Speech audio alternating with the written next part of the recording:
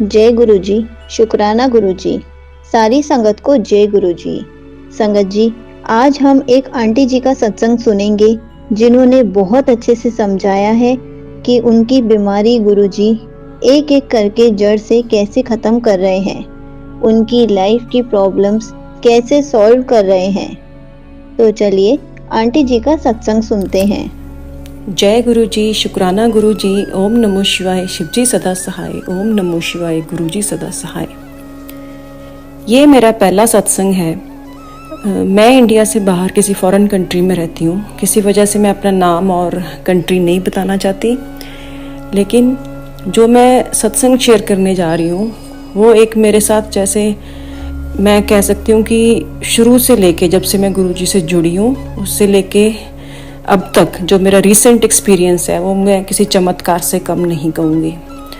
क्योंकि शुरू कैसे हुआ मेरा कनेक्शन गुरुजी से, मैं इंडिया गई थी कोई 2 साल पहले, जैसे ऐसे ही हम घूमने फिरने हॉलीडे पे।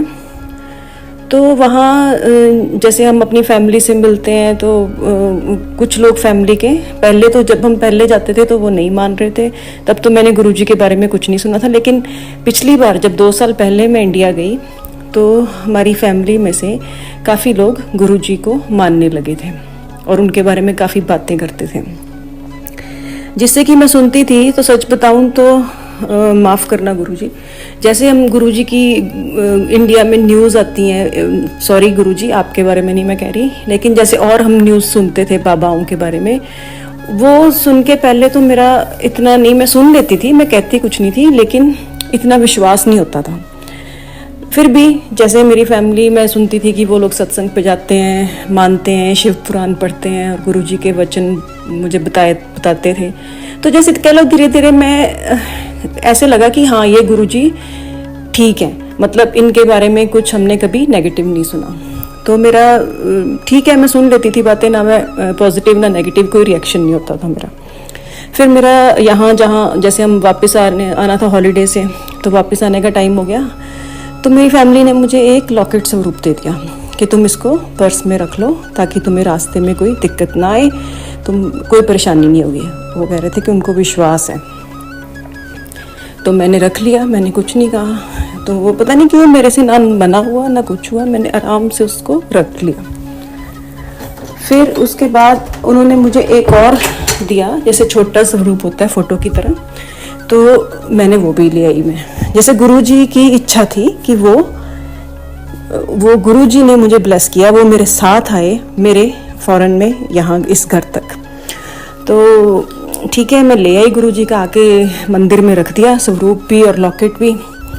तो मैंने रख दिया, पर मुझे इतना नहीं पता था मैं क्या करूं। बस मैंने अपने सारे भगवान, जैसे घर में मंदिर बनाया, भगवान की फोटो मूर्तियों के साथ गुरुजी की भी स्वरूप रख दिया मैंने। तो अब मैं रोज़ सुबह अपनी जोत जलाती हूँ, पूजा करती हूँ, जितना कि जैसे यहाँ फॉरेन कंट्री में जितना टाइम मिलता है, क्योंकि जॉब पे जाना होता है, घर के काम खुद करने होते हैं, उस हिसाब से मुझे जितना भी टाइम मिलता है मैं सुबह अपनी पाठ पूजा करती हूँ। और रोज़ मैं गुरुजी की स्वरूप को देखती, जैसे बाकी भगवान की करती हूँ वैसे उनको भी, जैसे रोज़ तिलक या जो कहते हैं कि पानी का छिट्टा देना, वो सब करती थी। धीरे धीरे एक मुझे वाइब्स आने लगी कि मुझे इनसे कनेक्शन फील हो रहा है गुरुजी से। तो फिर क्या हुआ, मैं एक बार सपने में मैंने गुरुजी को ड्रीम में इतना क्लियर मैंने गुरुजी के दर्शन किए। जय गुरुजी, शुक्राना गुरुजी। वो मेरे लिए किसी चमत्कार से कम नहीं था कि अभी तो मैं गुरुजी को इतना मानने भी नहीं लगी थी कि गुरुजी ने मुझे अपना लिया। गुरुजी ने अपना साक्षात मुझे ड्रीम में दर्शन दिए। उससे कि मुझे और विश्वास बनने लग गया। फिर मैं एक दिन जोत जलाई मैंने, तो जोत में इतना बड़ा फूल बना कि मैं हैरान हो गई। ऐसा कभी पहले नहीं हुआ था कि इतना बड़ा फूल मुझे जोत में नज़र आया हो। फिर मैंने उसकी ना क्यूरियोसिटी के कारण, कि ऐसे पहले कभी नहीं हुआ, मैंने कहा देखूं ये कैसे दिख रहा है फोटो में। फोटो मैंने खींची तो धन्य भाग मेरे गुरुजी, उस जोत के फूल में मुझे गुरुजी के साक्षात स्वरूप दर्शन हुए। ऐसे कि गुरुजी मुझे देख के हंस रहे हैं, स्माइल कर रहे हैं। जय गुरुजी, शुक्राना गुरुजी। उससे मेरा विश्वास धीरे धीरे और बनना शुरू हो गया। फिर मैं कनेक्टेड फील करने लगी गुरुजी से अपने आप को। और ऐसे ही धीरे धीरे फिर मैंने मंत्र जाप शुरू कर दिया, जैसे यूट्यूब पे थोड़ा थोड़ा देख के कि कैसे गुरुजी का मंत्र जाप है, सत्संग सुनने शुरू किए। तो ऐसे भजन सुनने, गुरबानी भजन सुनने शुरू किए। धीरे धीरे मेरा बनता गया विश्वास और कनेक्शन फील होता रहा, और मुझे ऐसे लगा कि चलो हर एक की लाइफ की अपनी स्ट्रगल्स होती हैं, टेंशन्स होती हैं, किसी की भी लाइफ परफेक्ट नहीं होती आजकल के ज़माने में। तो मेरी भी थी ऐसे, लेकिन फिर भी मुझे एक अंदर से पॉजिटिव फील होना शुरू हो गया कि हाँ, जैसे कोई पॉजिटिव एनर्जी मेरे साथ है। जय गुरुजी, शुक्राना गुरुजी। उसके बाद जैसे कि उसके बाद क्या हुआ कि मेरा और विश्वास इसलिए बना, जैसे मेरे मन में एक इच्छा थी, कोई इच्छा थी, अब मैं उसको डिटेल में नहीं बताऊंगी, वो ऐसे मुझे इतनी जल्दी पॉसिबल नहीं लग रहा था कि ऐसा हो सकता है। तो गुरुजी ने वो इच्छा मेरी एकदम से चमत्कार के रूप में पूरी की, जो कि मेरे लिए बहुत एक कह सकते हैं कि बहुत बड़ी खुशी थी मेरे लिए। तो वो उससे मेरा धीरे धीरे, जैसे कह लो, ऐसे करते करते मेरा विश्वास और बनता गया गुरुजी पे, और मैं और कनेक्टेड फील करने लगी। जय गुरुजी, शुक्राना गुरुजी। उसके बाद जैसे हम इंसान हैं, हम सबको अपने कर्म काटने पड़ते हैं, कष्ट आते हैं ज़िंदगी में। तो मेरे को भी हेल्थ पे प्रॉब्लम्स आनी शुरू हो गई। तो मेरे पेट से रिलेटेड कोई ट्रबल थी, मुझे खाना डाइजेस्ट नहीं होता था।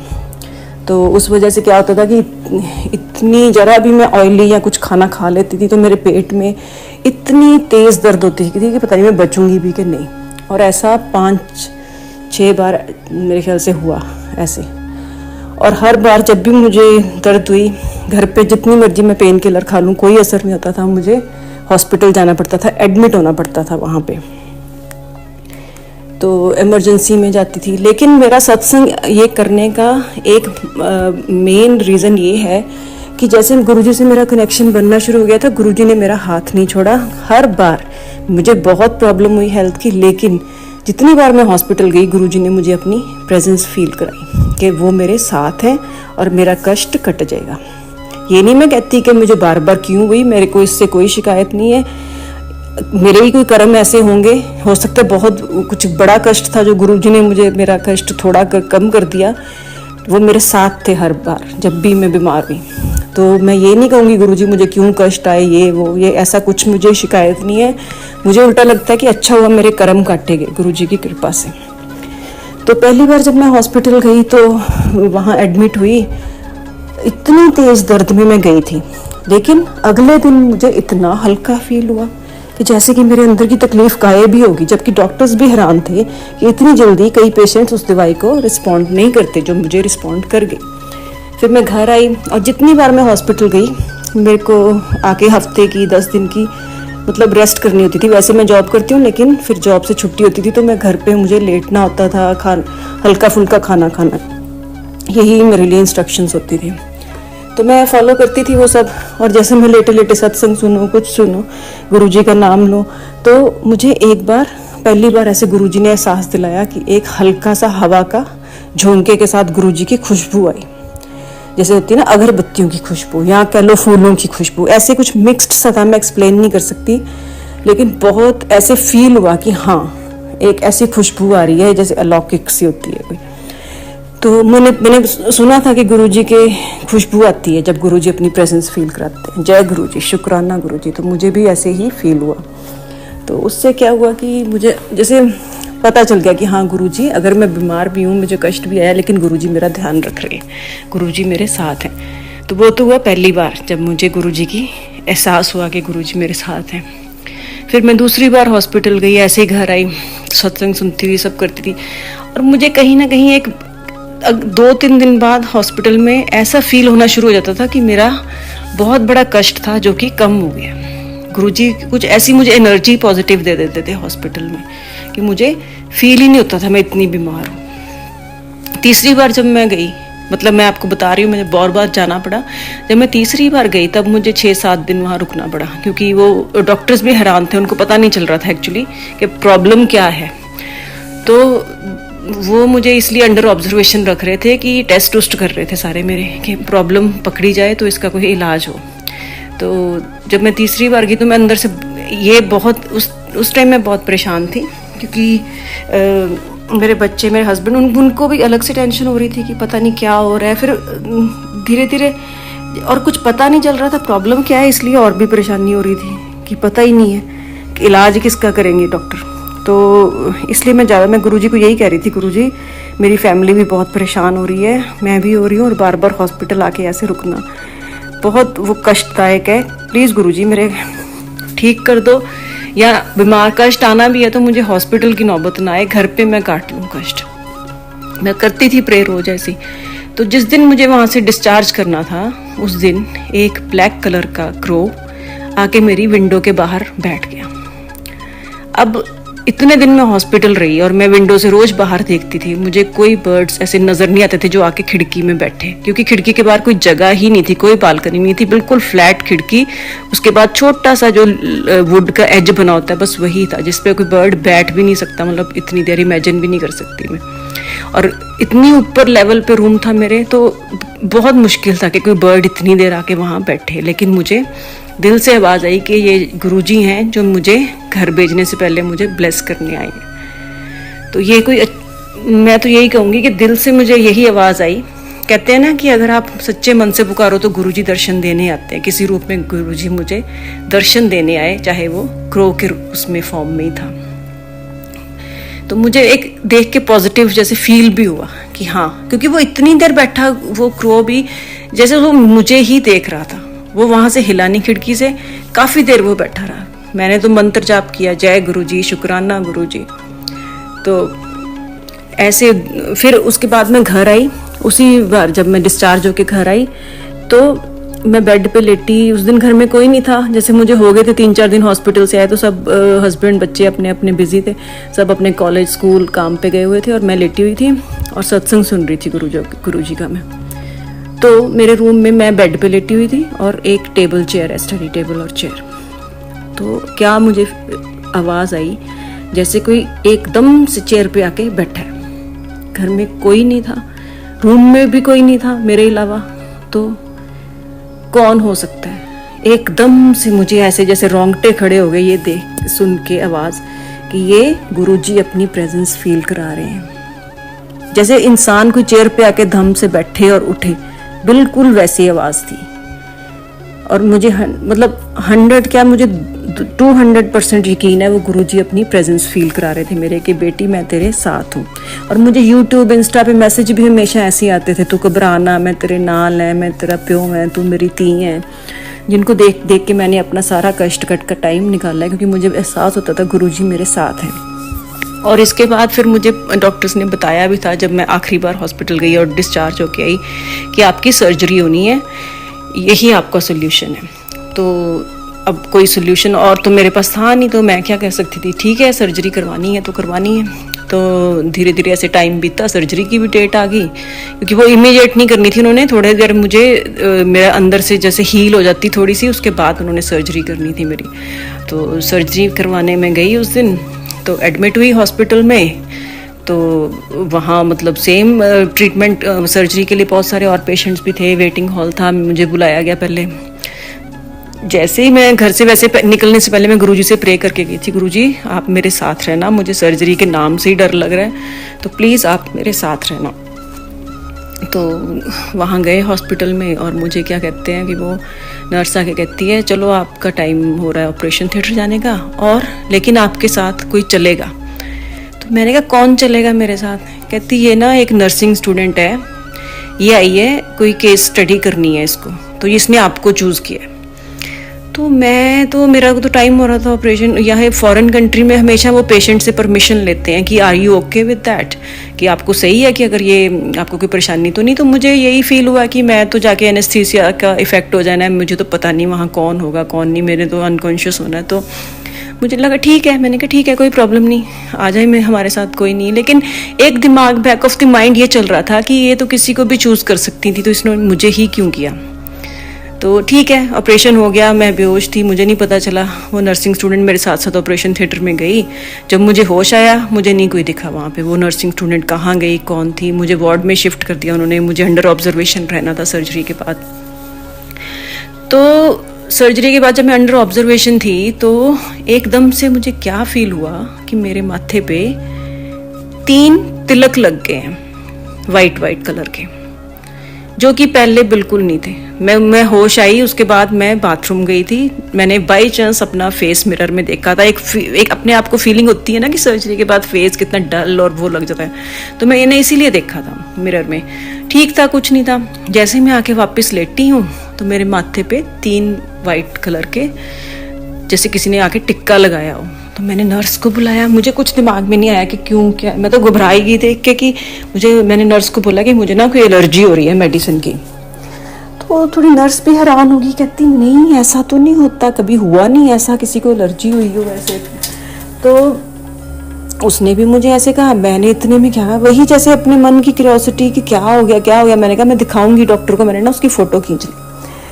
तो नर्स भी चलेगी डॉक्टर को कंसल्ट करने। तो जैसे ही मैंने फ़ोटो खींच के अपने फ़ोन पे देखी, संगत जी आप बिलीव नहीं करोगे, उसमें मुझे ओम के साक्षात दर्शन हुए।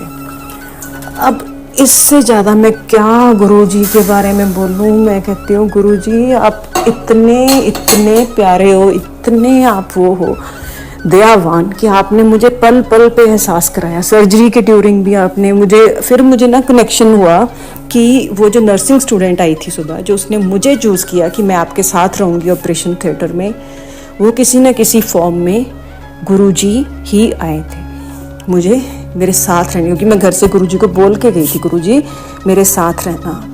और जैसे कि मैंने कहा कि वो मुझे ऑपरेशन थिएटर के बाद अगर केस स्टडी थी तो उसने मुझसे क्वेश्चन पूछने थे, क्या आपको कैसे ट्रबल हुई, ये कुछ ऐसा नहीं था। मुझे ऑपरेशन के बाद वो नर्सिंग स्टूडेंट कहीं नज़र नहीं आई। तो मुझे तो 100% विश्वास है कि गुरुजी ने हर बार, जितनी बार मैं बीमार हुई, मेरी सर्जरी तक, अभी भी गुरुजी मेरा साथ दे रहे। मेरी अभी सर्जरी होगी हटिया और मैं रिकवर कर रही हूँ, और अभी भी मुझे पूरा विश्वास है गुरुजी मुझे बिल्कुल ठीक करेंगे। और मुझे डॉक्टर ने भी बोला कि आपकी सर्जरी इतनी सक्सेसफुल हुई है कि उनको भी इतनी उम्मीद नहीं थी कि इतनी सक्सेसफुल हो सकती है सर्जरी। तो वो नर्सिंग स्टूडेंट और वो जो ओम मेरे मत्थे पे मुझे दिखा टिक्के के फॉर्म में, मुझे पक्का पता है गुरुजी ही आए थे मुझे ब्लेस करने। तो इसलिए मैं ये सत्संग शेयर करना चाहती थी। चाहे अभी भी मैं थोड़ी सर्जरी से रिकवर कर रही हूँ, मेरी आवाज़ थोड़ी सी शायद लड़खड़ सांस चढ़ रही है मुझे, क्योंकि अभी भी मैं पूरी एनर्जी में नहीं हूँ। तो पर मुझे शेयर करना था कि सारी संगत को, जिनको भी कोई कष्ट चल रहे हैं, कि गुरुजी आपको कभी नहीं छोड़ेंगे, गुरुजी आपके साथ हमेशा रहेंगे। अगर आप सच्चे दिल से पुकारो, गुरुजी आपके साथ हमेशा रहेंगे, आपके कष्ट कटवाएंगे, आपके कर्म कटवाएंगे और आपको ब्लेस करेंगे। तो मैं यही होप करती हूँ इस सत्संग के थ्रू बहुत सारी संगत को अपने अपने क्वेश्चंस के आंसर मिले। जैसे मुझे किसी न किसी सत्संग से अपने आंसर्स मिलते हैं, ऐसे ही मेरा भी सत्संग शेयर करना किसी न किसी के लिए बहुत हेल्पफुल हो। और गुरुजी ऐसे ही मुझे भी सबका भला हो, सबके संगत का गुरुजी ध्यान रखें, जो कि हमेशा रखते हैं गुरुजी। मैं बहुत बहुत ज़्यादा शुक्रगुजार हूँ कि गुरुजी ने मेरी तकलीफ़ कह सकते हैं चुटकियों में कटवा दी। हर बार मुझे परेशानी हुई, लेकिन गुरुजी ने उसको बहुत कम कर दिया। तो यहीं पे मैं अपनी वाणी को विराम देती हूँ। जय गुरुजी, शुक्राना गुरुजी, लखा करोड़ा व अनंतम अनंतम शुक्राना गुरुजी। ओम नमो शिवाय, शिवजी सदा सहाय। ओम नमो शिवाय, गुरुजी सदा सहाय। Thank you so much aunty ji, आपने अपना सत्संग पूरे गुरु परिवार के साथ शेयर किया। आपका सत्संग बहुत ही अच्छा था। आपने बहुत अच्छे से बताया कि गुरुजी आपकी लाइफ में कैसे प्रॉब्लम सॉल्व कर रहे हैं, गुरुजी कैसे आपकी एक एक बीमारी को जड़ से खत्म कर रहे हैं। संगत जी, ऐसे ही गुरुजी हम सबकी लाइफ में भी सारी प्रॉब्लम्स दूर कर देंगे, सारी बीमारियों को ठीक कर देंगे। हमें बस गुरुजी पर विश्वास बना कर रखना है। गुरुजी हर इम्पॉसिबल चीज को पॉसिबल कर ही देते हैं। जय गुरुजी, शुक्राना गुरुजी।